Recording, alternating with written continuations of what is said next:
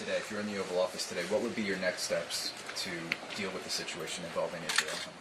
Well, look, I think that I give President Biden credit. I think that what he has said since the crisis has been smart and correct.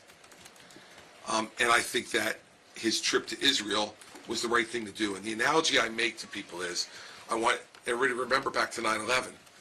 And after 9/11, when this country was feeling exactly the way Israel is feeling right now, Tony Blair got on a plane and flew to the United States and sat in the gallery in the House of Representatives for George Bush's address to the nation and to the Congress. And I remember that night thinking, how extraordinary that our greatest ally came over here physically and sat with us.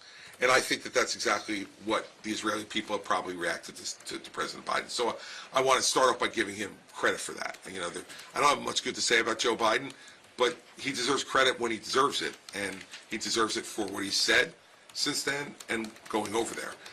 I think from here, we have to, one, if we can get a speaker, it would be nice to get an aid package approved for Israel and get it over to them. Two, I think the president needs to be, and if I were president, I would be in daily contact with the Prime Minister. We need to make sure that the strategy achieves three goals. Number one, protects without question the integrity of Israel and its borders.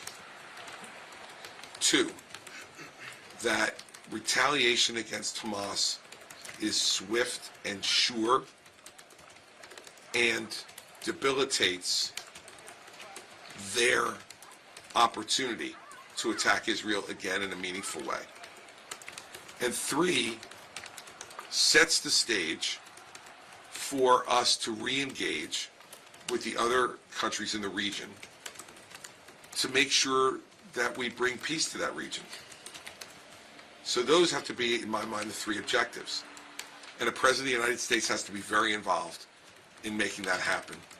And it starts with what we do with Israel, but also by keeping the lines of communication open with Egypt, with Jordan, with Saudi Arabia, the Emiratis, to make sure that they understand exactly what our objectives are.